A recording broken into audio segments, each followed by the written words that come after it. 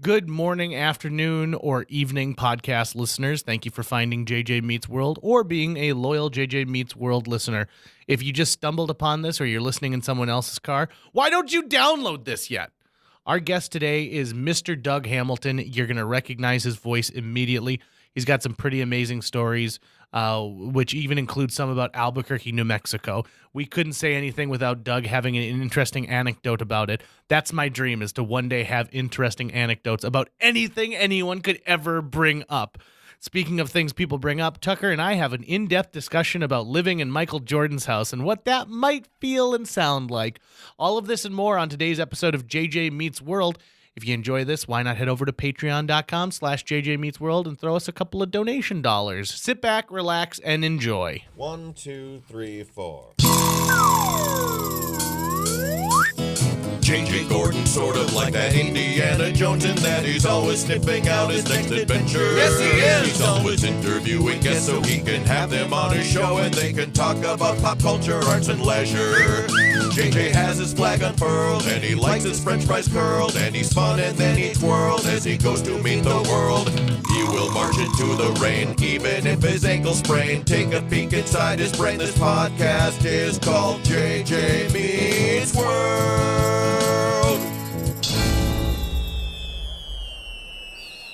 Michael Jordan can't sell his giant mansion outside of Chicago.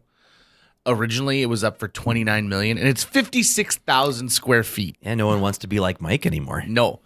And now it's down to like $14 million, which really, in all honesty, with Chicago real estate prices, you're getting a steal for a 7-acre plot of land. But here's the thing that would put me off immediately if I were to buy Michael Jordan's home. When you drive up, the gate has a giant 2 and a 3 on it. Okay. And I would hate having to explain to every single one of my guests who showed up because none of the people I know would be big enough sports fans to know, like, oh, 23. It kind of sounds Jordan's though. Number. I feel like if you've got the cash to just buy that thing, you probably have some skrill to be able to change that front. Like, just tear it down and put up a new one. I would spend all my money on just the purchase price of the house, Tucker. I don't have extra money for I have repairs. exactly $14 million.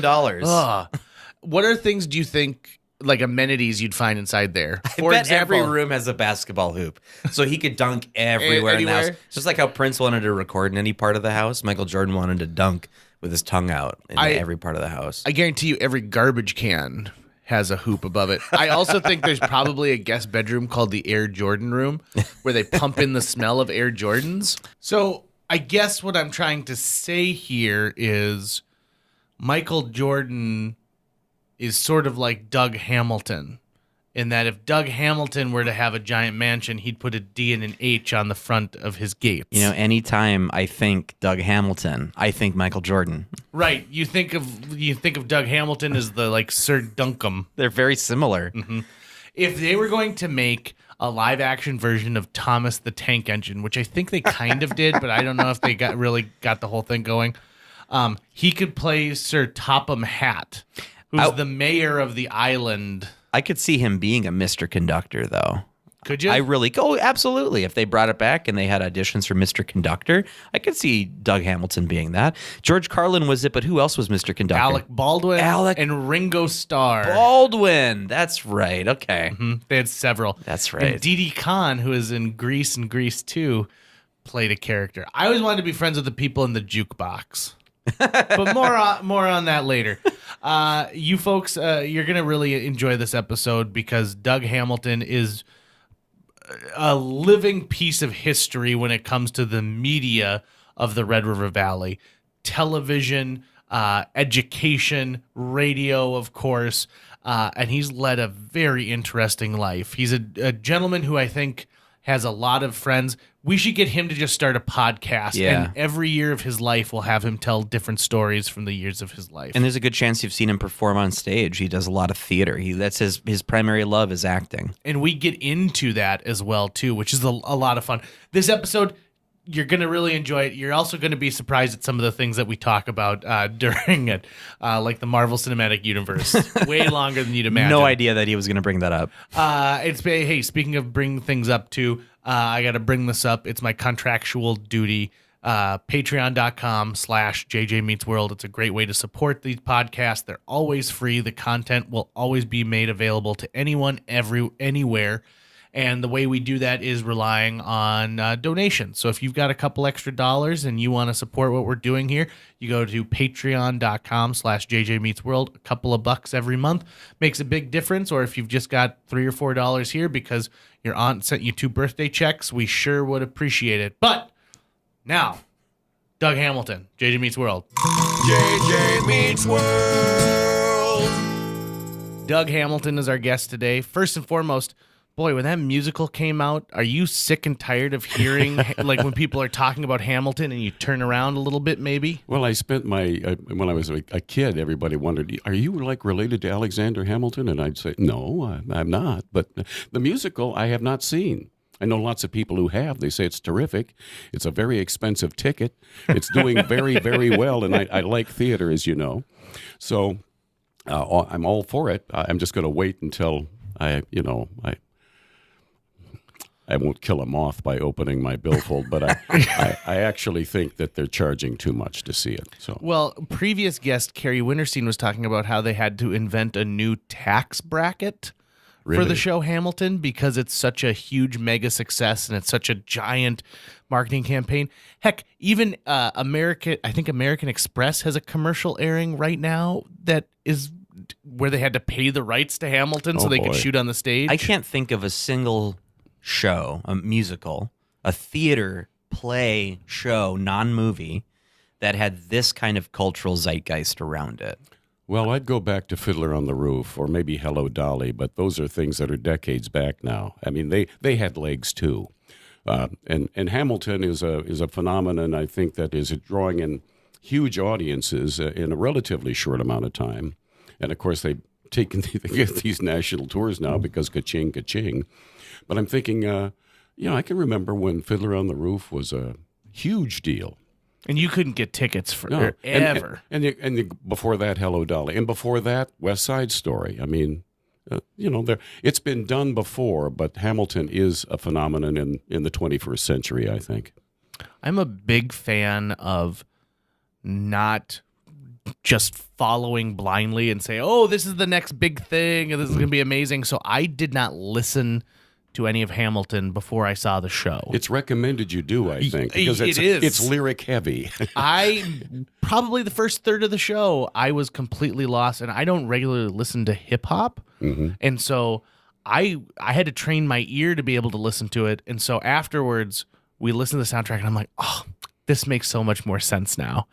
And it's the one time that's ever bit me right in the derriere, so that was unfortunate. But let's talk less about the musical and more about the man himself. Doug, you've got one of the most recognizable voices in the region. Well, thank you. That's great. It is good, right? For me, yeah. And so give us a little history on yourself. Where'd you grow up? How'd you get into what you're doing now? Well, I was born in Detroit Lakes, Minnesota, a long time ago in another century. And my father was a co-owner of a newspaper, the Becker County Record, which ceased publication a couple of years ago after 137 years. His grandfather had actually been the publisher a long time ago, and so I grew up in the small-town newspaper business. We moved to Morehead when I was 12 because my dad was hired by then President John Neumeier, the president of Morehead State College, to be his public relations and marketing guy. And that's what he did. And then he founded the Mass Comm department in 1967. So I'm now a freshman at Morehead State myself. I don't go into Mass Comm. I've been recruited by the Speech Comm and Theater Arts department on campus, and I immediately get into, theater. I'm doing plays, lots of them, as a matter of fact, because in the course of my 4 years at Morehead State, I was in more than 30 shows. And then I got to grad school at the U of M. I had a Bush Fellowship, which was an audition for the Guthrie Theater that you finished your academic piece at the University of Minnesota. So I was one of 5 actors who was chosen to do that. And I interned at the Guthrie Theater, got my Actors Equity card a long time ago.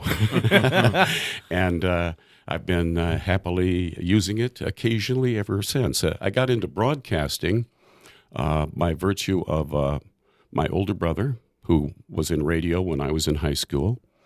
And when I went to college, the first thing I did was sign up to be on KMSC, the campus radio station at Morehead State, and which was then in the basement of Ballard Hall. And I was Captain Midnight. Ooh, I had the show Captain from Midnight. I had the episode show from, title. Yeah, yep, 12 to 3 in the morning. I did tape loops and, time out for news in a nutshell, that kind of thing. And played music and occasionally answered the phone, but it was listened to by myself because I was wearing headphones and, 2 or 3 other people.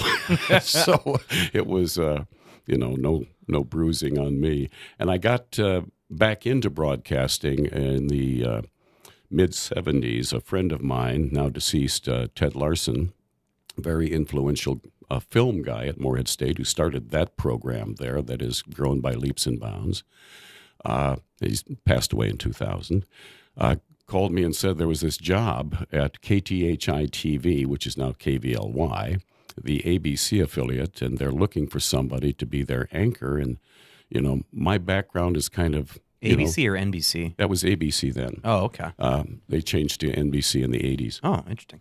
And so I sight unseen, they kind of hire me. And I think, now what kind of TV station hires somebody to be their anchor, sort of like sight unseen? Well, I mean, I did meet with them when I got to Fargo, but I flew back and went there, and they said, okay, you're hired.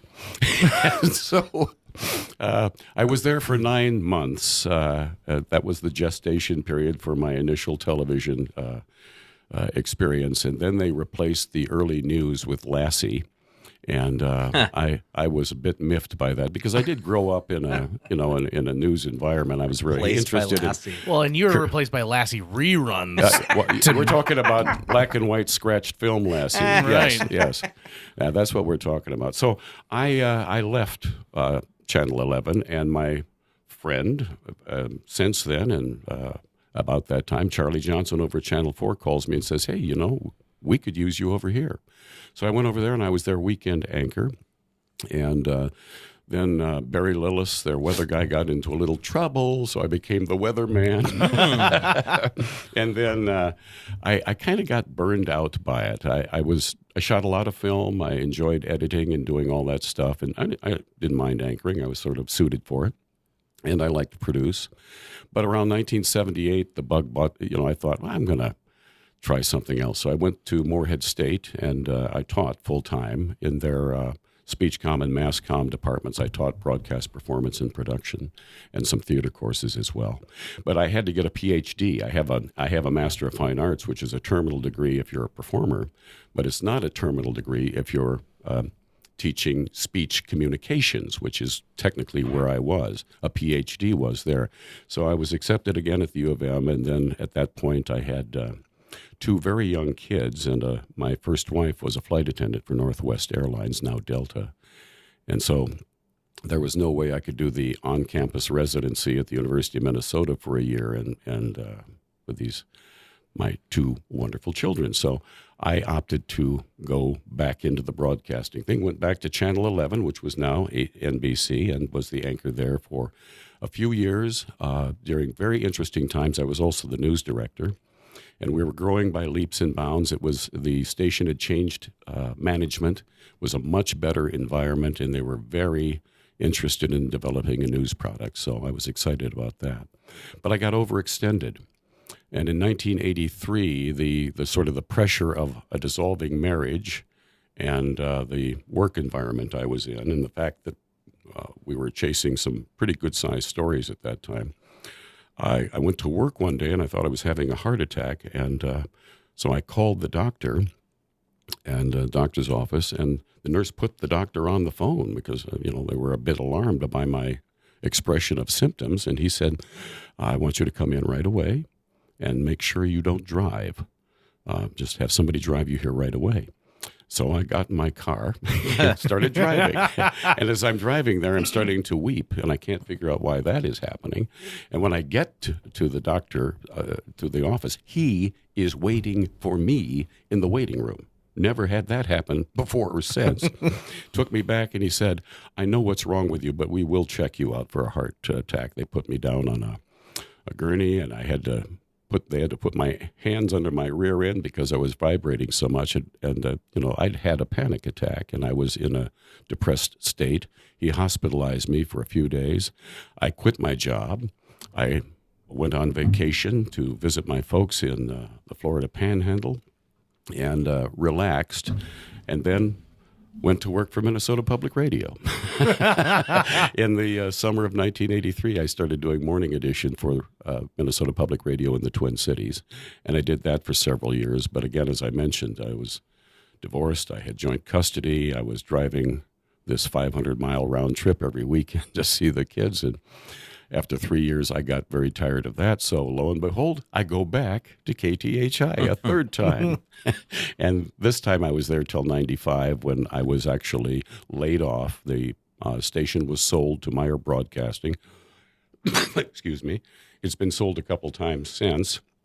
But I was out of job. I went to work for KFGO at a very interesting time because while I'm there, the flood of 97 hits, and KFGO and the news team covering it, the station team that was covering it, win a Peabody Award. Right, huge. So I get to go to New York City with Paul Juergens and Don Haney and Bonnie Amistadi, and we're in the Waldorf Astoria Hotel. Dan Rather is the MC, and Paul goes up and accepts the award for KFGO, the Peabody Award. It was a very exciting time. I have a Peabody Award. It's pretty cool.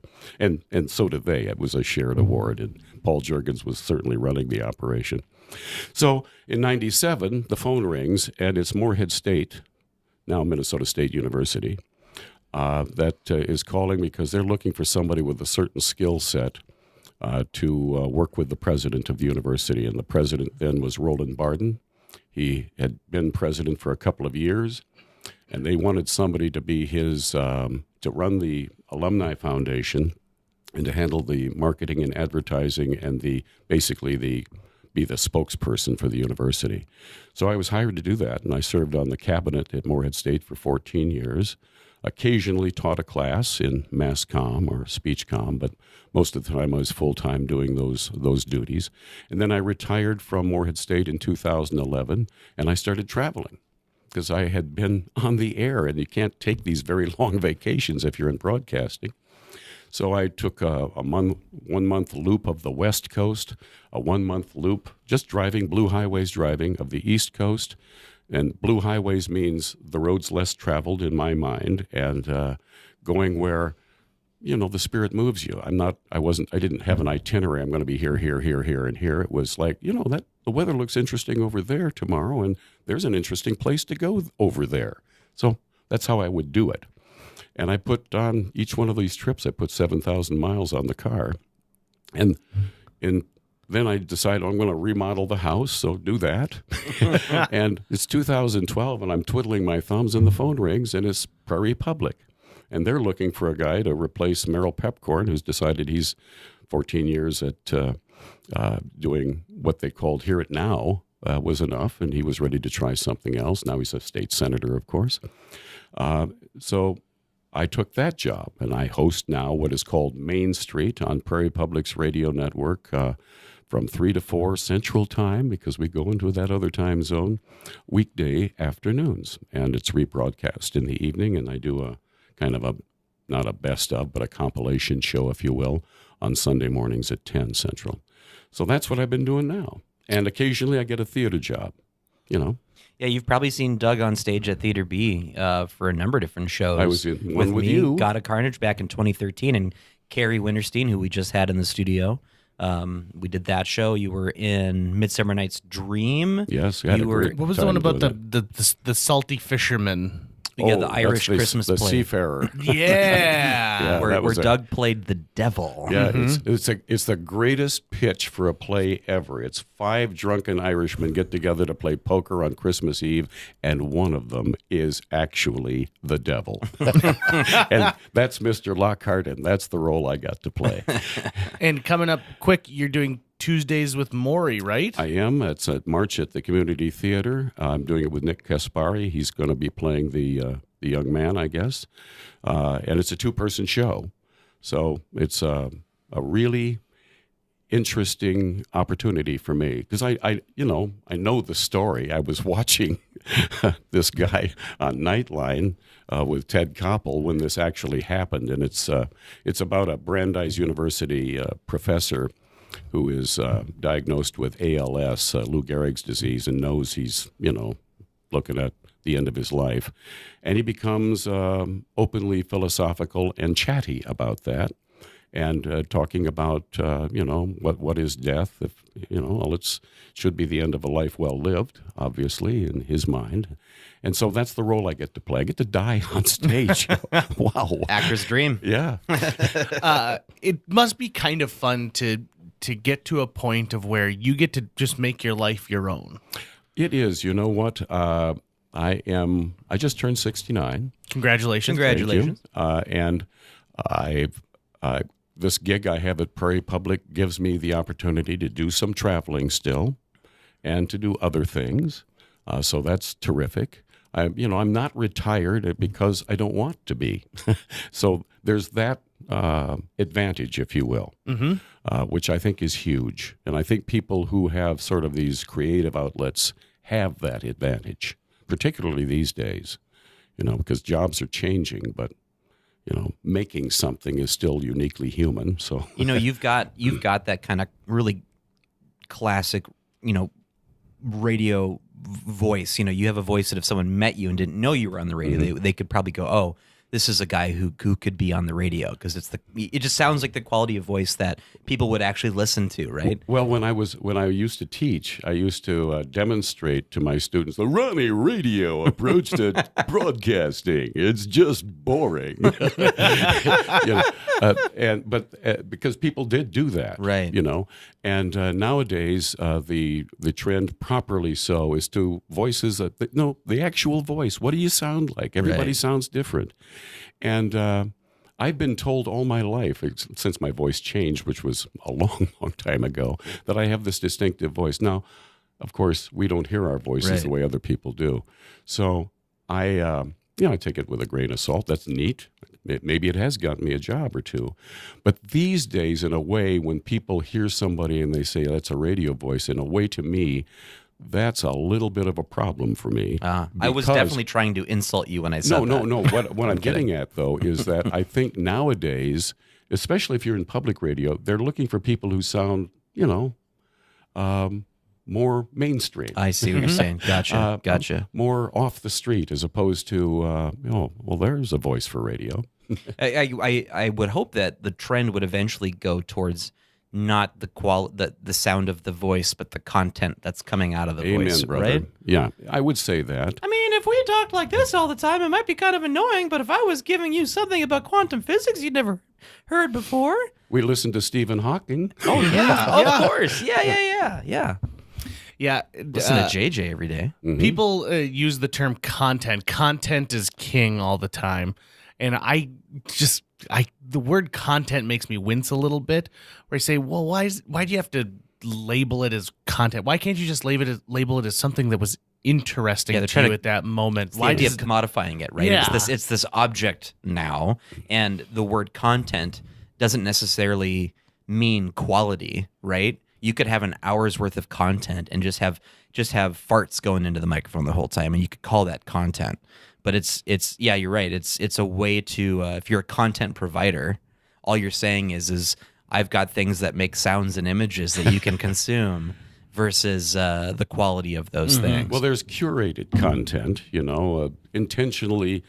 a show intentionally put together, produced, right, with sort of a beginning, middle, and an end. And then there's this stuff that is pretty pervasive on radio and TV, the cable channels and that, which is just open the mics, let's talk for an hour, let's take phone calls. As we sit here on a show. Yeah, exactly. That's what we do. Yeah. And let's just see if we can fill the time. Yeah, we're trying. There's boy, the mirror just got held up to our faces. Yeah, Did you see your breath on it? Absolutely. At least there's breath, though, right? At least we're still breathing into that mirror. JJ and I, before he was on KFGO and before we had a podcast, we were both doing KNDS back in the day, Sure. Radio Free Fargo. And so that was a college radio. And there was an online cartoon that used to happen all the time called Homestar Runner, and they had a character who once did an impression of college radio, and he said college radio can be summed up in 5 words: dead air, dead air. Which is brilliant and true. It is absolutely true. And I was sort of proud because I had this older brother when I was in college radio who was in real radio. And so I knew the importance of fluency, effortlessly filling the time, or at least sounding like you were. And I tried to do that, but I'm sure there was a fair amount of dead air and ums. What kills me is listening to me in this podcast and how many times I say like or Yep. Oh, I listen to air checks still all the time, and I hear stuff that I say that just drives me nuts. The word well, for example, that one I use as the antecedent to too many sentences, and I'm thinking, what in the world? Doug, say it. Forget the well. I hear a lot of people use the crutch word of absolutely. Oh, yes. And Absolutely. Absolutely. Yeah. Absolutely. When we have guests on KFGO, they say, what can I do to be good on the radio? I'm a little intimidated. I'm a little afraid. Just don't say absolutely. Because absolutely to me means you need an extra second to think about your response. And if you need an extra second, just take it. Don't fill it in with this word that affirms that I've asked a question. Yeah. Yes. Well, it is, as you mentioned, it is affirmation, too. It's like seeking affirmation sometimes, and somebody says, absolutely. Oh, thank you. Thank you for saying that. I don't like it when servers use the word perfect over and over again.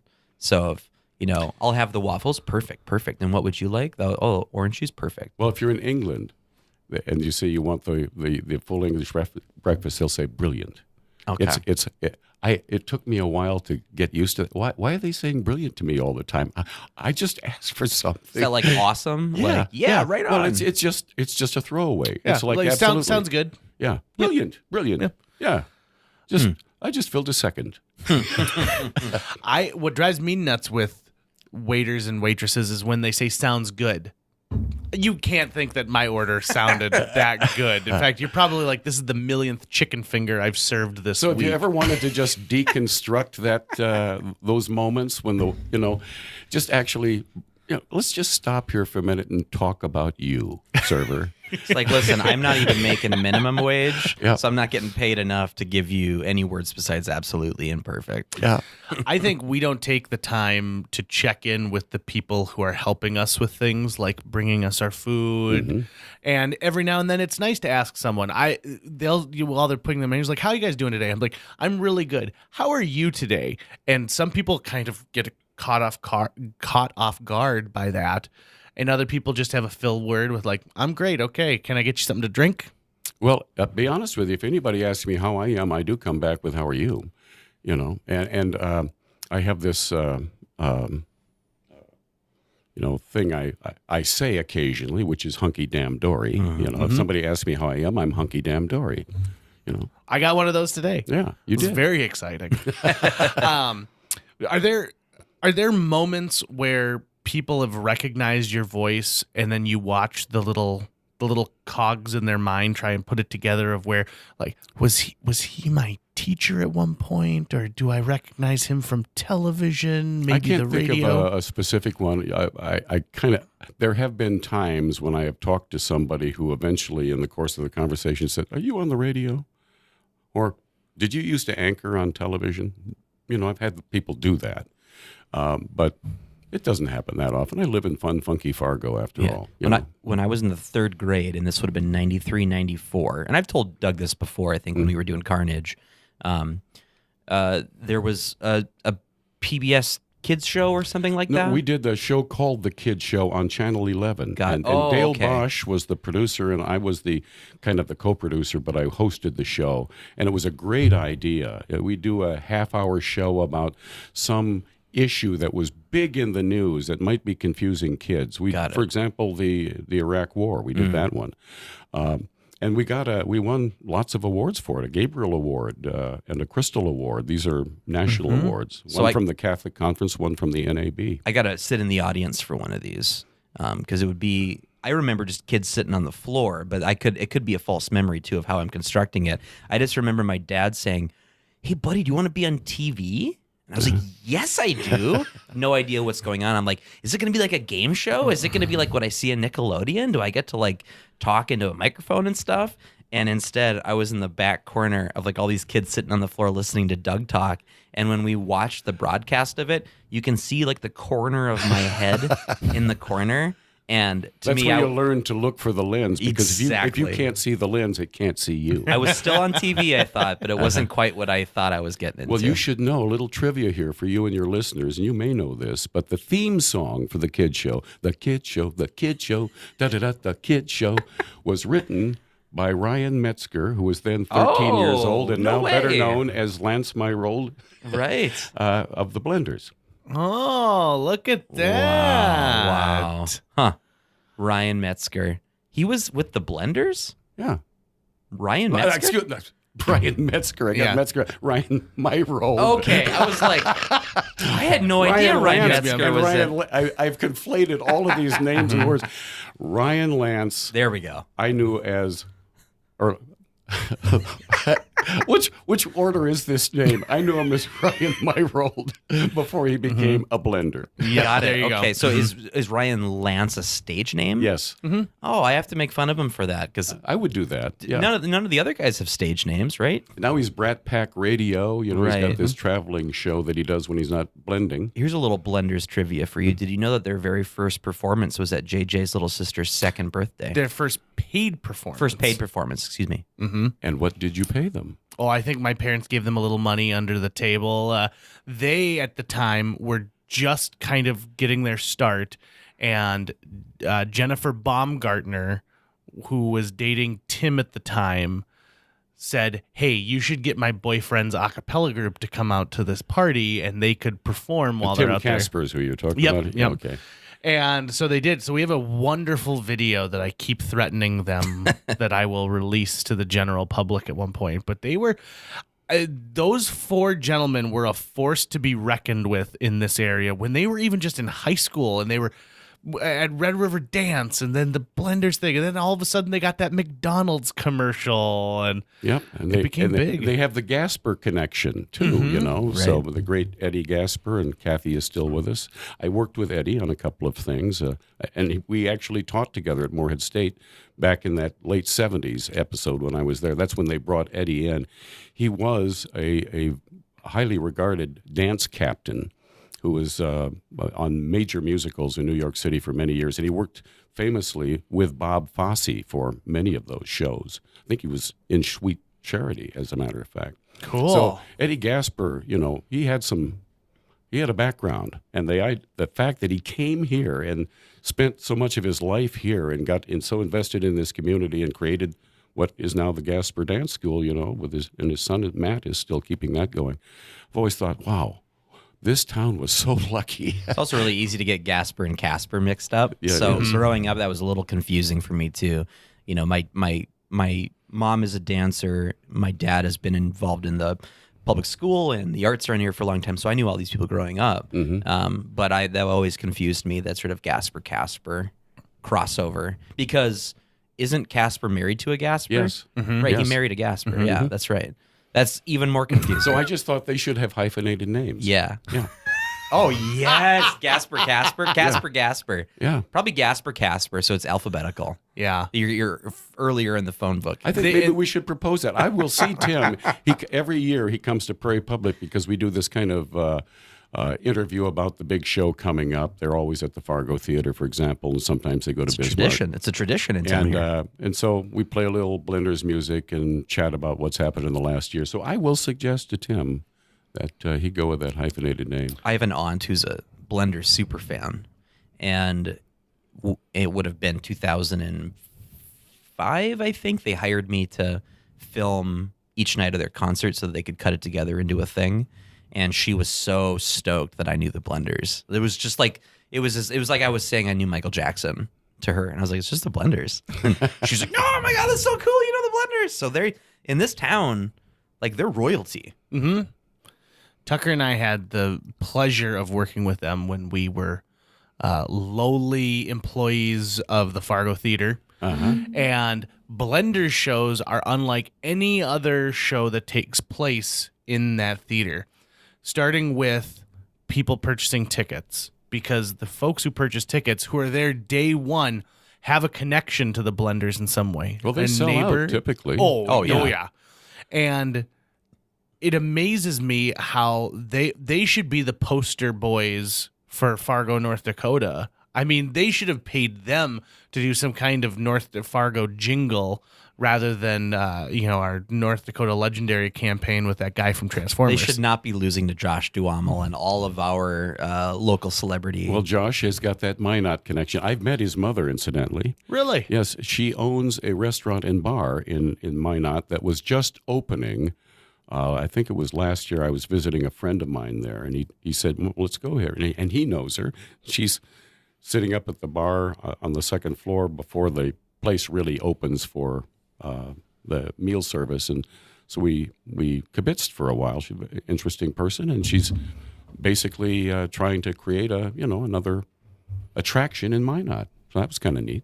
Minot there's a hidden gem quality to Minot right now. I was just up there for the Norse Kustfest. Yes, I've been there several times. Very fast.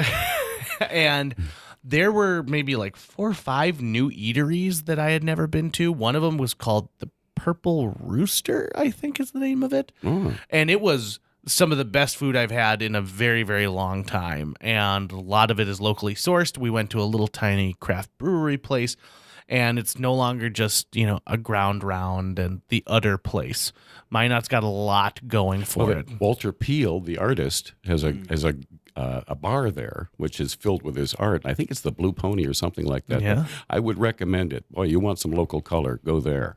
Interesting. I'm currently reading Fellowship of the Ring, and I'm at the Prancing Pony right now in the book, and I realized that I actually have an affection for anything with pony in the title if it's an eatery. Okay. So do you have... Just dropping that bit of knowledge into this middle of this conversation. Are there any My Little Ponies at the Lucas home? No. It's not the pony itself. Although if I were, I would wear it proudly. I'd be in a sparkle shirt right now. I would be okay with that.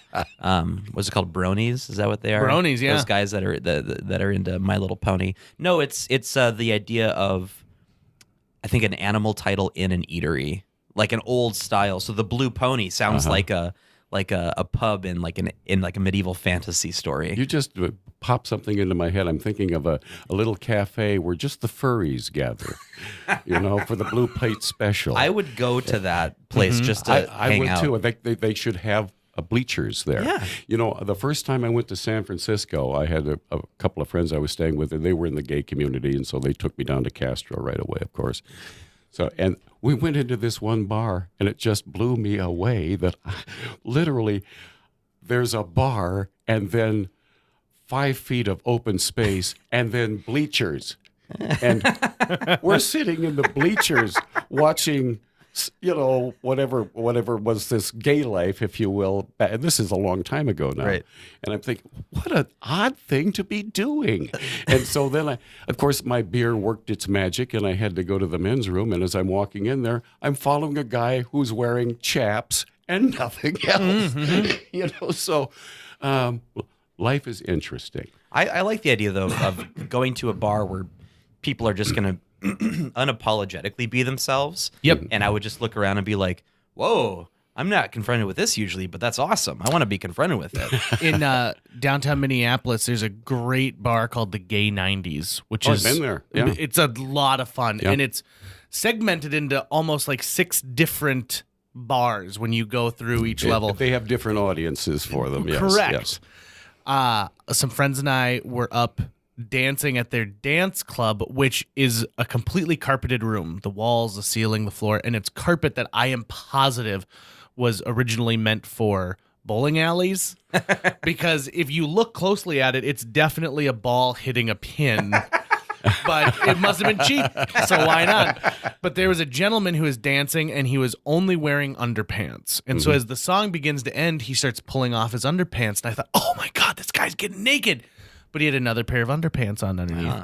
And through the course of the night, he stripped down to smaller and smaller and smaller pairs of underwear, finally ending up in what I believe is affectionately known as a banana hammock. Oh, yes. Yep. And at the end, Covers the brown and it covers the front. Yep, exactly. And so the end of the night comes, and he's pulling these off and throwing them down by a gym bag.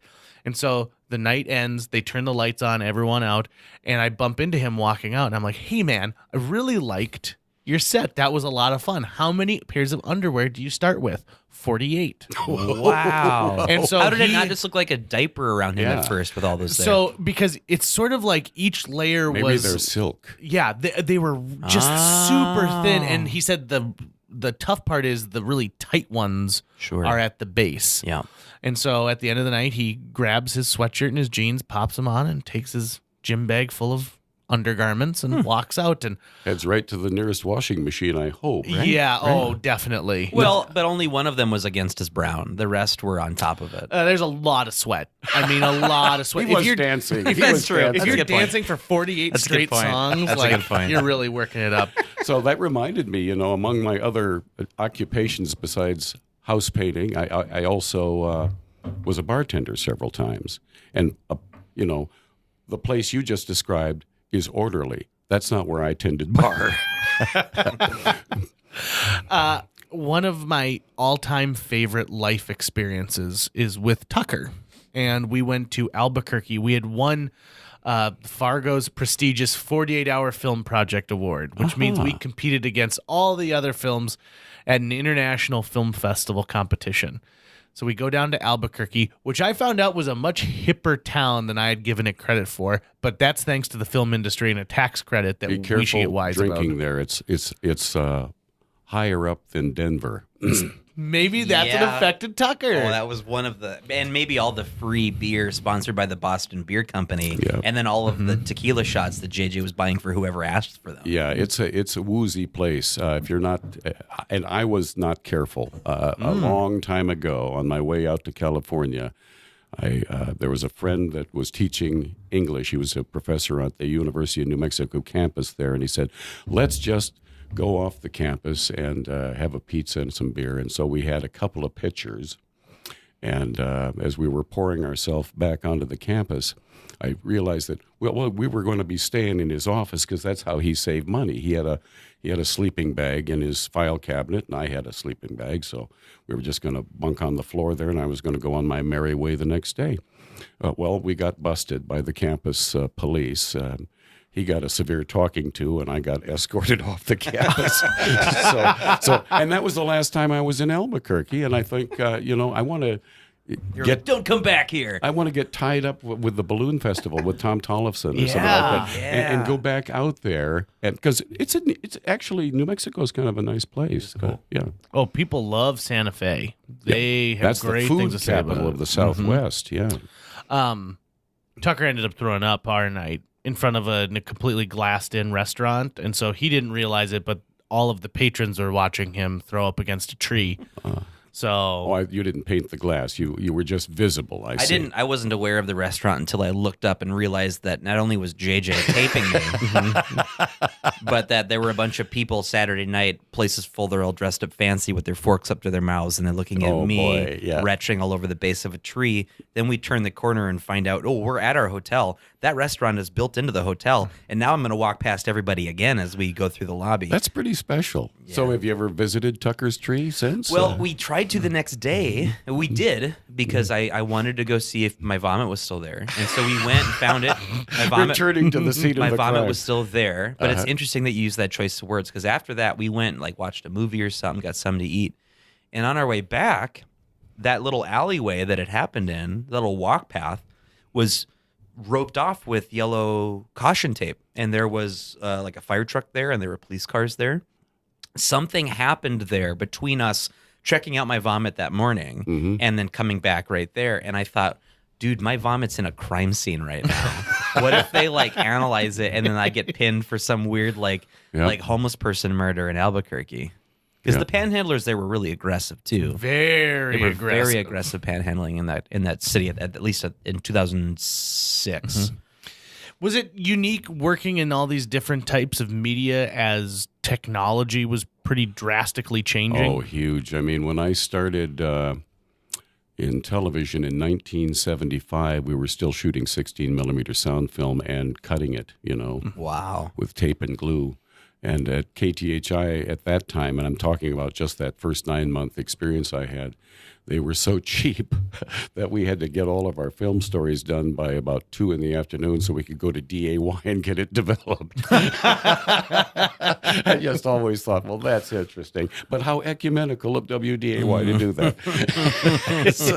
And then, of course, things changed. And we went to... a 2-inch tape was the standard quadruplex tape, which is literally 2-inch wide magnetic tape that you would have seen in an old tape recorder, except it's 2 inches wide. Well, I have air checks and things that are on 2-inch tape that there may be 3 or 4 machines in the whole world left, that because they require adjustment. And I used to run a quadruplex machine, and it's not something you just put the tape up and push play. When you say air checks, what are you saying? What do you mean? I mean, it's a recording of the actual broadcast you did. For example, we did air checks of every newscast and saved them. Okay.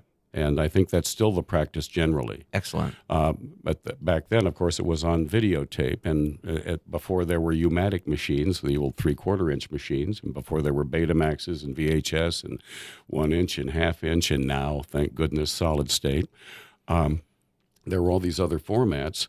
And my whole broadcasting life is on these various formats. And does it still only exist on those formats as well? Yeah. Wow. So at some point, I've got to get very serious about finding a place that can dub this stuff into 21st century, code. Yeah, it's too bad it's not just on VHS because I could handle that for you, no sweat. But 2-inch tape, or these older formats, like you need a deck, and that deck is going to weigh probably 200 pounds or something, and it's going to be old components that may not even work anymore. Well, for example, I'm a photographer. I love photography, and I shoot video too. And of course, I used to do that in my job. So I still do it, and I have all of these various tapes in different formats. I save the camera. Awesome. Oh, good move. Good move. And the battery and the charger and all of that, so I can dub them because I can use the actual device to play them. Nice. There is sort of a lost art that people don't understand in the world of just using Adobe Audition, and you can go back and reload stuff back in if you made a mistake. Well, look at what we're recording this on right now, right? Right. This little device right here has replaced racks and racks of equipment. That phone that Doug has right now. This shoots better video than the Thompson camera we bought at Channel 4 in 1976, which was a big camera with a hellacious lens on it, and it had a side pack that had the actual recorder in it. That camera and recorder cost $40,000 in 1976 dollars. Woof. And you would need 2 or 3 of those for a news operation. Isn't it amazing? Yeah. I mean, even I hear folks who are old souls when it comes to being DJs who miss putting a record on, miss being able to put on maybe Stairway to Heaven so that you could run to the snack machine and use the restroom. The people who miss the feel of reel to reel, slicing that tape, and then, oh, no, I've gone too far. I've got to, fix this part right here. I don't miss that, incidentally. You don't? No. You don't miss getting a giant... Adobe, give me those. They are massively wonderful tools because they allow you to experiment. Before, if you were cutting film, you better make the right decision the first time. Right. I mean, you can kind of fix it, but every time that thing is shown, you'll know where that other edit was. When I'm editing in Premiere, I try to think of what it would have been like in Buster Keaton's day when they're like, oh, we need a few more seconds of that. And so they'd measure it by their arm length. If an editor was like, I think it's roughly this amount of frames, and he would just do this really quickly with his arm and stretch out what he considered to be seconds, cut it, tape it in. hope it was exactly what you wanted to do. When I first learned video production, and it was 99, it was still tape to tape. It was still 2 decks, and you had to put an in point and an out point. It was all VHS, and there was degradation. You had to do all this planning ahead of time. Yeah, because you were still dealing with analog tape. Absolutely. And so every generation you could see. Oh, yeah. And so in the very next year was when the iMac came out, and MCAT, which where I was learning, got an iMac, and it blew my mind that I could just rearrange these clips in whatever order I wanted to. But you're still filming on tape at that point. You're still filming on DV cam or mini DV. And so you fill up a tape with footage, and then you have to ingest it. And that happens in real time. So if you have an hour's worth of footage, it's going to take an hour at least for it to get into your system. And you better hope you don't have time code breaks on that tape, because that's really going to mess things up. Yeah. But now it's plug and play. Yeah. Now it's just an SSD or just a digital file that you just transfer somewhere. Well, I'm hosting or emceeing the Silent Movie Night again. And tonight it's The Freshman. Harold Lloyd classic, one that was actually picked by the Library of Congress, as a matter of fact. 1925 film, so it's almost a century old. Right. It's getting there. And I'm amazed, frankly, at the skill of those people, Harold Lloyd and the people he was working with at that time, in creating something using that technology, because it was primitive. By cranking it by hand, cutting it all by hand, and when they did stunts, they were for real doing this stuff. What is that Buster Keaton one where the front wall of like a barn falls down, and they were trying to convince him not to do it. The stagehands and everything we hope this works. Yeah, because you get one take. You get one take, and that's it. Yeah. Well, Harold Lloyd famously. The Freshman was made in 1925, 6 years earlier in 1919, and he was a well-established comedy actor at that time. Charlie Chaplin, Buster Keaton, and Harold Lloyd were the big guys. He was having some publicity stills taken, and he picked up a prop bomb, he thought, and it was a real explosive device, and it went off in his hand and removed his thumb and his index finger. Oh. And for the rest of his film career, he wore a prosthetic glove on his right hand. And if you look for it, you can see it. Huh. I never knew that. Oh, interesting. There is something about the silent movie era that I find to be incredibly romantic. And I love the acting, and I really wish that there was an opportunity to travel back in time and to experience watching something like The Freshman in a theater with people who are not jaded by Netflix and switching things over, but are amazed at what they're seeing for the first time ever. Well, the early days when Edison was showing off, these little films, a sneeze, a kiss, you're talking about seconds here, would captivate audiences. What was it? The movie, it's like a train robbery. The Great Train Robbery. The Great Train Robbery, and it ends with him pointing the gun at the camera and firing, and supposedly audiences jumped to their feet. Some people ran out because they're not used to that. And they're looking at a black and white projection, mind you. That's giant compared to them. That is giant compared to them, but they're reacting to it as though it were a real threat. Yeah, there are lots of anecdotes about the way people first experienced film. What also blows my mind, though, is animation from that time. I mean, how difficult. I mean, animation's... It was frame by frame. Animation's difficult no matter what era you're in. Even now, I mean, it's a lot easier with web tools and stuff you can use, but even that is still a painstaking process. So I just can't imagine what it took to illustrate some of those old black and white Well, a friend of mine, Kit Grove, who used to be the partner with Lee Massey in the company that's now Media Productions that Flint owns. Snyder Films? Snyder Films, they acquired that along the way. But Kit Grove and I collaborated on a musical fantasy called Combination back in 1978, and it was premiered at the community theater. We basically rented the theater. We built the set. We hired all the actors, and it sold out. Kit produced an album from it. There was music that he composed and created that was quite good, actually. I still have the album. It's fun to listen to for me because the principal character, Prince Benjamin, was named after my son, who was brand new at that time. And the show was broadcast live by Minnesota Public Radio in stereo in May of 1978. And where was I going with this? It was about Kit. Oh, Kit gets this great job because of it. He always wanted to work for Disney, and he had actually put together a resume. He just showed him the album and the script that we had collaborated on, and they said, yeah, we'll hire you. So he went to work for Buena Vista Productions. He actually worked on the Disney lot, and I went out to visit him, and it was the coolest thing because animation is how we got to this discussion. We were going to animate Combination too, and we've been working with a guy in Bismarck who was helping us with that. That never went anywhere. But Kit gets this great job working for Disney, and he's producing for them. I mean, he's not a coffee guy.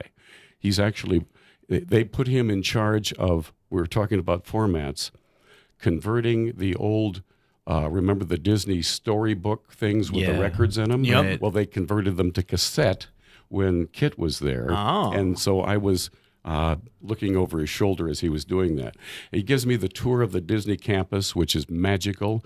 We go into the animation area where they were still doing cells at that time, individual acetate cells for each frame of film.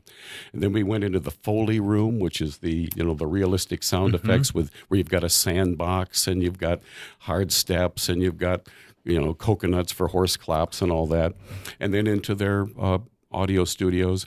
And the peak of this was that Disney lets him rent a studio off campus, if you will, because there's a brand new project that's kind of hush-hush. What he got, and this is 1980-something now, was the master reel for the sound effects for the original Star Wars. Oh. To make the kids' story version of that. Cool. And this... If you know the story, this guy won an Academy Award for those sound effects for the original Ben Star Burt, Wars. right? Is that who it is? Ben Burt? I think so, yeah. And famously, he used real sounds and manipulated the pitch by the tape speed. So, for example, the lightsaber was a baseball bat hitting a tie rod of a telephone pole, just that wire, that boom, that kind of thing. And then one of the spaceships taking off was a lion's roar, where the speed of that roar had been changed. So these were real sounds that had been manipulated on tape. And so we're playing with this tape all the, in the middle of Hollywood. Oh, that's crazy. Just having the time of our life. Wow. And I got to be a mouse on Cinderella. What? You're in Cinderella? I'm in Cinderella. Really? Yeah. That is the coolest thing I have ever Not in the heard. movie, in the kids' Oh, okay. No. I was like, no. wait. No, What? I'm not that old. So, outside of the realm of media, so you talked about photography and, of course, television and radio. Do you have hobbies that would be, something that the layman can really relate to? Like, do you like collecting stamps, ships and bottles? I like photography. I like travel, and of course, I love theater. So give me a role. I really like to explore a role. It's as much fun as I can imagine, to be honest with you. Has it been fun as you've grown as an actor as well as in age to be able to play different parts? Oh yes, absolutely. I mean, I was in our town at Morehead State. I played George in 1969 or 70. And in 2008, I played the stage manager in the same show on the same stage at Morehead State. That's cool. They brought me back as a guest artist, and I'd do that again. That's a great role. Thornton Wilder is a fantastic playwright, and Our Town should not be done by high schools. It should be done because it deals with very deep stuff. And generational issues too. So. I'm of an opinion that I think high school directors are choosing the wrong plays for the people that they have, and not talent-wise, but life experience-wise. I totally agree with you, and I think it's a conundrum because, of course, these big, splashy musicals are all available, and some of them are age-appropriate. But the thing, to me, that is the most unfair to a brand-new actor is being cast as dad or grandpa in some play and having to, assume an age and a demeanor you have no idea about except in the most stereotypical way. And so you give that young performer an impossible task, set him up for failure, and inevitably that happens because, he was earnest. He knew his lines. He opened the door at the right time, but good God, he certainly didn't look like he was 70 years old, didn't sound like it, and I didn't buy it for a minute. And just I think your perspective as an actor changes too and not that you need to have that specific life experience to be able to play it, but life experience in general. So I know kids who there was a young lady who I went to high school with who was constantly being put into the roles of the grandmother or the mother-ish type spot. And I remember her saying at one point, she goes, "It's just because I'm a little pudgy." But that is probably why. And isn't that a shame? And I guess if I were to make a plea to any high school or directors out there who might be listening, find a script. It doesn't have to be the greatest script in the world, but find one that's age appropriate so that these young actors can actually experience acting as opposed to pretending to be somebody they are absolutely not. You can also go another direction with it too, though, and is certainly the classics like, say, Shakespeare. We're so far removed from Shakespeare's time and that style of performing that I would argue you could cast a Shakespeare show and ignore the ages and genders of, and it's being done. Of all the different characters. Yeah. And, why not have a Romeo played by a black woman, right? Like, why not do all just instead of we're going for realism, or we're trying to match it exactly. We're just going for interesting actors who are going to do interesting things in roles that they wouldn't typically be cast as. Totally agree with you there. The complication is that beginning actors, that's a level of sophistication that's well beyond their skill. Sure. I think beginning actors just need to have the opportunity to immerse themselves in somebody they can actually identify with. Right. And experience the feeling of achievement of actually becoming somebody else for the entertainment of other people. Acting is an absolutely fantastic creative experience. I don't think it's given. For example, when I'm cast in a role, I am immersed in research about who this person is, what time is this, how do they dress, where are we living, what are the relationships here in this, what is the story arc, and what is my role in telling that story. There's a layer and layer and layer and layer and layer of complexity that most people don't appreciate, but the actor really has to, and it's the most exciting, the most interesting, the most fun part of acting, in a way, isn't the finished product on stage. It's getting there. Agreed.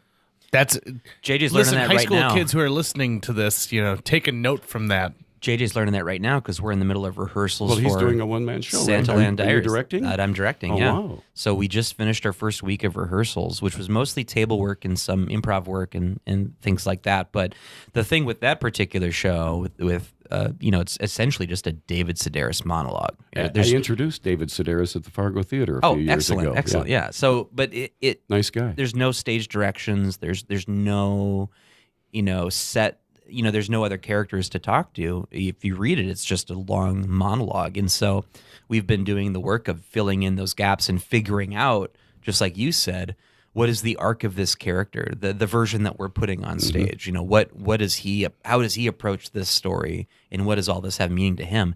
And for me as the director, that has been so much fun, especially because I don't have the pressure of line memorization and summoning the energy to do that night after night in front of an audience. But Luckily, we got this guy over here who's just a fountain of energy. It's been a trial. Have you ever done a one-man show? Yes, but well, not that way. I've done what we used to call Chautauqua a long time ago. I did a brief movie, a biopic about the first sheriff of Clay County, a guy by the name of Jim Blanchard. He was a Maine lumber guy, and he didn't get to Morehead until he was in his 50s. This is in the 1870s, obviously. And I took that on the road across North Dakota as one of the Chautauqua performers that year. We each impersonated somebody in history, and I impersonated the sheriff. And I had this thing I would do for about a half an hour, and then we'd all come together and we would answer questions in the context of our historical perspective from people in the audience. So it was fun improv, too. Oh, that is very neat. You don't really see stuff like that anymore. I can't think of the last time someone had something like Steve that. Allen used to have the meeting of minds, that kind of thing, where people would impersonate Marie Antoinette and Albert Einstein, and they'd have conversations about, imagine if, it's like that show that Steve Martin did where Albert Einstein and Picasso meet in a cafe. Picasso at the Le Pont Agile, I believe. Yeah, that's the one. It's sort of based on that idea. What if these two minds got together? That's improv. It's like the Avengers. Yeah. What happens when Captain America and Iron Man just can't get along? Well, I want Deadpool to join that group. Well, you've got an opportunity now. Did the Disney Fox merger go through? I mean, Is that it's been a done deal? been approved, but like the government approved it. I don't know if they've crossed all the T's or dotted the I's, but it is happening, and it will be under Kevin Feig's purview. He will be the one in charge of all that. My understanding from what we've been hearing is that, I mean, Deadpool's like the most successful franchise that Fox has had underneath them, I would argue. And since it is removed in a way, it is outside of these film continuities, and Deadpool's a character who, even in the comics, breaks the fourth wall and talks all the time. So he could really be owned by anyone. They could still just keep making his movies as they are. And it's nice when a giant company owns even more stuff that you love, so that they can keep working with the things that you love. I want him to team up with She-Hulk. Because She-Hulk is the only other character I can think of that regularly would break the fourth wall. In fact, she did it way before Deadpool was even created. I have never heard of She-Hulk. Yeah, she. I'm trying to remember which. Does she go by Shulk? No, she just goes by She-Hulk. Yeah, she, I believe, was a cousin of Bruce Banner who had to receive a blood transfusion from him for medical reasons, and she ended up getting very similar stuff. But she is different in that she is always She-Hulk. She retains all of her mental faculties, so she doesn't like turn into a rage monster. And she's a lawyer, so she represents other superheroes in cases when she's not fighting crime. The thing about these Marvel movies and the comics, too, that they're derived from, is that they're always dealing with some ultimate cataclysmic event. Oh, yeah. The threat of total annihilation of, we can't do just a city anymore or a country, or it can't even do the whole world anymore. We have to do the solar system. Let's do the galaxy. So where does this go? Do we go back to the Big Bang and the screen just goes to a dot and that's the end? Probably. Of the Marvel, that's definitely part of the genre. And it's always been part of the genre. Usually it's gonna end with some explosion and a beam of light going up into the sky. There's at least like 8 different Marvel movies that end with some sort of explosion, then a beam of light goes up into the sky. Well, and let's talk about the Jesus Christ kind of figures that these people are. Right. Many of them, Captain America, Right. Superman. Right. But they also though follow. I would say we've actually been making superhero movies for a long time. We just haven't been putting them in capes with superpowers. But every action movie where you see Rambo going and doing stuff, that's the exact nobody could possibly do. It's the exact same thing. It's basically male fantasy fulfillment, hero's journey that was very catered to a young white male audience when it was first made, and it was wish fulfillment. And Superman was created by 2 young Jewish men who didn't have any of the powers that he had, but wished they could have them. So that the sort of wish fulfillment happens. It's also a soap opera and professional wrestling mixed in. Oh, absolutely. But I love it. I mean, it is Mexican wrestling because Absolutely. they're all Absolutely. wearing, you know, costumes and masks sort of things. But how about the women, the ascendancy of women now? Right. I mean, it used to be Wonder Woman was the only person sort of in the canon in the background. Yeah, X-Men changed a lot of that. X-Men changed a huge amount of that. And there's always still a ways to go, but when X-Men the cartoon came out in 92, I was in second grade, and when I got into them, the most powerful and popular characters on the team were all women. It was a pretty evenly divided team, and that was partly the point. And my generation definitely got exposed to the idea that it's not. There doesn't seem to be any reason to have a gender differential for superhero and superheroine. Just hero, right, is all that really seems to matter. Yeah. Well, when I was a kid, my older brother and I would. You could buy comic books for a fraction of their original price because they were issued like every month, right? And they would sell them to you discounted by tearing off the top half of the front page. Yeah, I know that crushes hurts me for me to say it because, of course, that ruins the value of its pristine if you were a collector. But you could get them for like a nickel, and every even cover price then was like 15, 20 cents. They were cheap. We would fill a big corrugated box with probably 300, maybe 400 comics in it. And we would have these, we'd trade them with other guys who had been throwing their, Black Hawk and G.I. Joe and whatever comics into a box. And we would literally exchange comics. And that was purely a boy thing. So I'm intrigued about the demographics of modern graphic novels and comics and these movies, for example. Right. Is the demographic still predominantly XY, or is it getting XXy? Well, I think certainly I think if you weren't a young white guy, you probably just felt that it wasn't for you, and so you wouldn't approach it. There was a lack of characters who represented something that your culture had. Right. So they were, there'd be fans of Superman, but, if you were black, you'd go, there's no one who looks like me for me to really sort of be able to live vicariously through them very easily. When the movies came out, certainly Superman and Batman, but when the X-Men and Spider-Man movies came out in the late 90s, and we sort of started this cinematic era of comic book characters, and so it finally reached a mass audience. That was another thing. Comics never really reached a mass audience until the movies came out.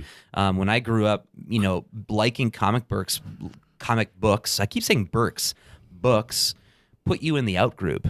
So even if you were a little young white boy who liked comics like I did, that wasn't something to be proud of. Like you were a nerd or a geek or you were a weakling, you were an indoor kid who didn't play sports. Oh, we didn't have to deal with any of that. Yeah. We just were blithely ignorant of whatever the social view of our behavior might be. And as a matter of fact, in those boxes of comics wouldn't just be Marvel and DC comics. There'd be classics. Right. The Ivanhoe told in 40 pages. Right. That kind of thing. Right.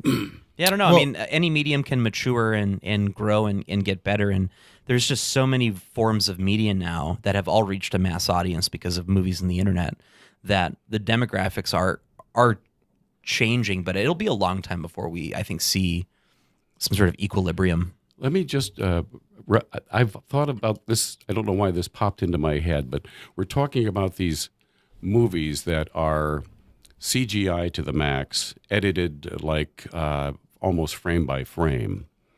And if it were possible to put people in a time machine, for example, for real, and bring an audience from 1925, when The Freshman was on screen, to 2018, and take them to one of these, would they even be able to look at the screen? That's a really good question. Like, what would they be able to understand what they were seeing? Because, we sort of learn how to watch things. And we're talking about a generation of people who wouldn't even know what a computer is. Correct. That would be what is that, a computer? What are you the talking phone was sort of new. about? Yeah. Oh, man, I wish that would be fun to run that experiment and see how that would they be work. so? I think that they'd be so overstimulated.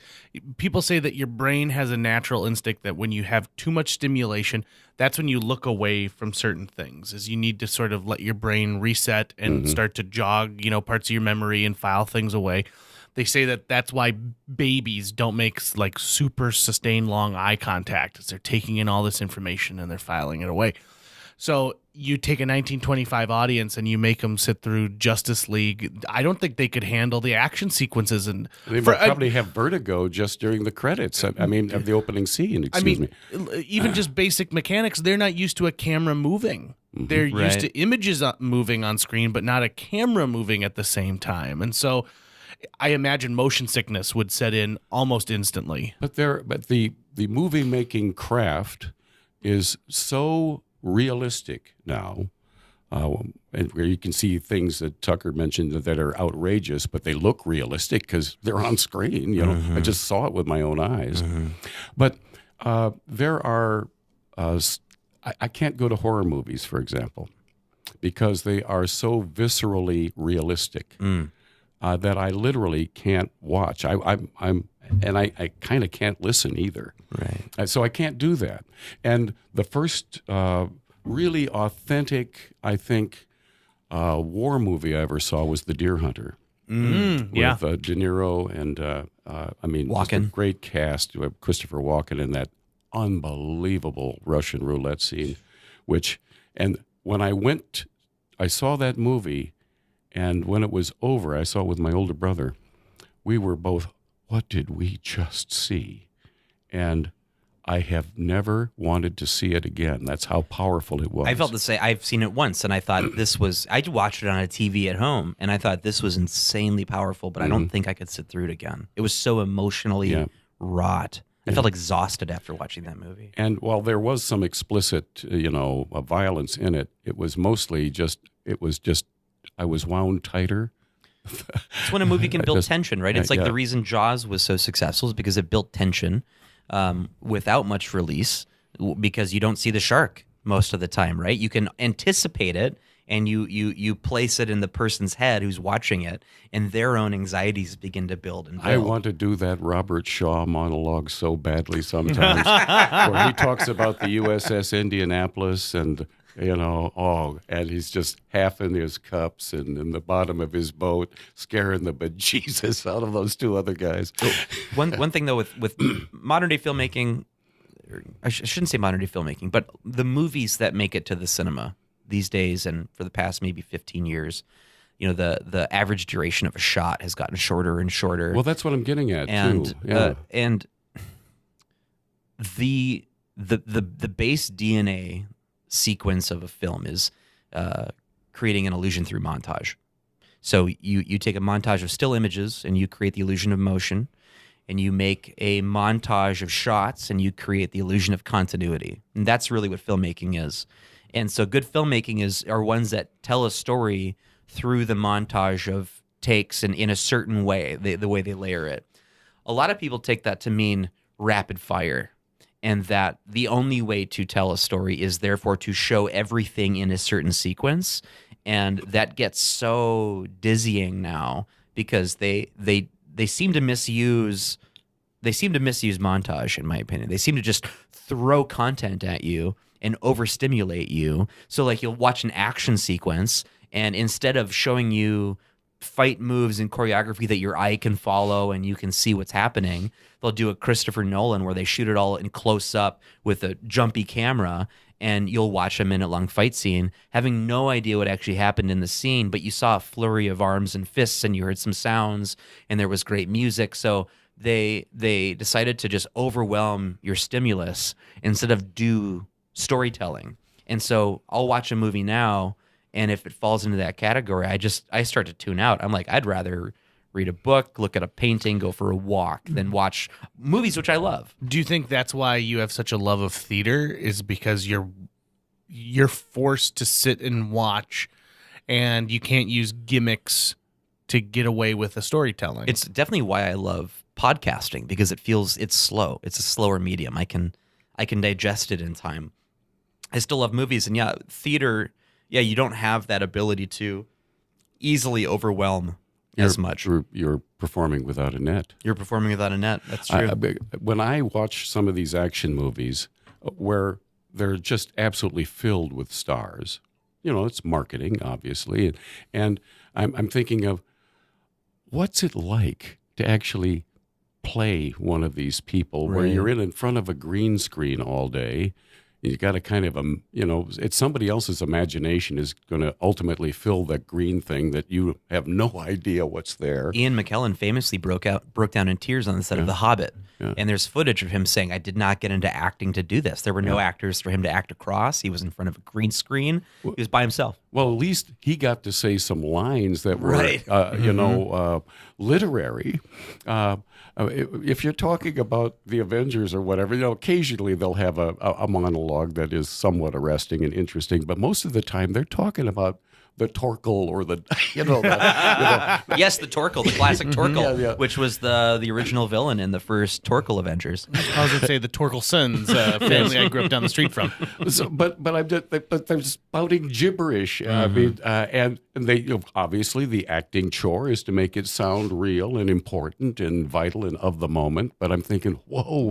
When Spider-Man 3 came out, Sam Raimi made Spider-Man 3. Of the many controversies surrounding the making of that movie, one was around the overuse of close-up shots on actors' faces, and the prevailing theory was that the studio made him do that because mobile phones are becoming a thing, and they felt that most people would be watching these on their phones in a car or something, and so to be able to see what's happening, you had to get the camera in closer. Well, silent movies are kind of coming back for the same reason, because we're using these devices in you're on the toilet and you're not playing the sound. Well, and the thing that just popped into my head was I just took this long trip to Uganda and back, and of course you're watching in-flight movies because I can't sleep on the plane, and it occurred to me I watched Deadpool 1 and Deadpool 2 among many others.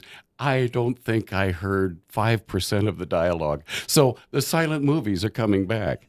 I mean, it's all action. It's all what am I seeing? When the latest Mad Max came out, was it just called Mad Max or what? Yeah, Mad Max Fury Road was the subtitle, which is an unbelievably awesome, amazing film, which shocked me when I saw it because I thought it's going to be another blockbuster explosion, but there's actual filmmaking going on. Someone took, I don't know how they did it, but they took the film, they desaturated it to black and white, and they took out all sound except for the music. And you can watch the movie, and I've watched parts of the movie with black and white and just music, and the movie is just as good, if not better. So it's a silent movie. You can watch it as a silent movie and understand what's going on, and that seems to be a really good indicator of the quality of a film. You can watch it without any sound and understand what's going on. Well, it was probably great that the movies progressed the way they did, that it was silent movies, because they were directors and studios learned how to set a scene and how to move a camera around and sort of explicate the story with only the occasional graphic that comes up and says, and then I did this. The idea is that the movie would tell the story that well, so visually. And then you added words, and that's, okay, there's another wrinkle. Just like real life. Those talkies will never catch on. Yeah. We're running out of time here. Doug Hamilton, thank you so much for being our guest here. And we want to have you back again soon, because I think we could not only delve more into superhero lore, but I'd love to hear about your trip to Africa as well. It was a lot of fun. Eye-opener. I'm going back. Good. And you had your cell phone stolen during that time, too. I have. This is iPhone 7 Plus 2 here. And thank you, iCloud. Thank you very much, iCloud. Nice. JJ Meets World. That's going to wrap it up for today's show. If you enjoyed this episode of JJ Meets World and would like to help us continue to produce 2 new episodes every week, you can donate to our Patreon. Check out patreon.com/JJ Meets World and donate today. Even as little as $1 a month can go a long way. Visit our website at www.jjmeetsworld.com or hit up our social media. We're on Twitter, Facebook, Instagram, all the sites the kids are using these days. If you'd like to stay up to date on new episodes of JJ Meets World, you can find us on iTunes, Google Play, Spotify, Stitcher, iHeartRadio, YouTube, or wherever you consume the podcast that you love. JJ Meets World is produced every week by Tucker Lucas. You can find out more about Tucker's work by checking out www.moonbasemaria.com. If you want to get in touch with your host with the most, go to linebenders.com, and you can find direct contact info for JJ. There are certain brands that I always call by their brand name, so I don't say tissue, I say Kleenex. I don't say Band-Aid. I don't say adhesive bandage, I say Band-Aid. And I will never be like, could you hand me some petroleum jelly? I will always say, give me some KY.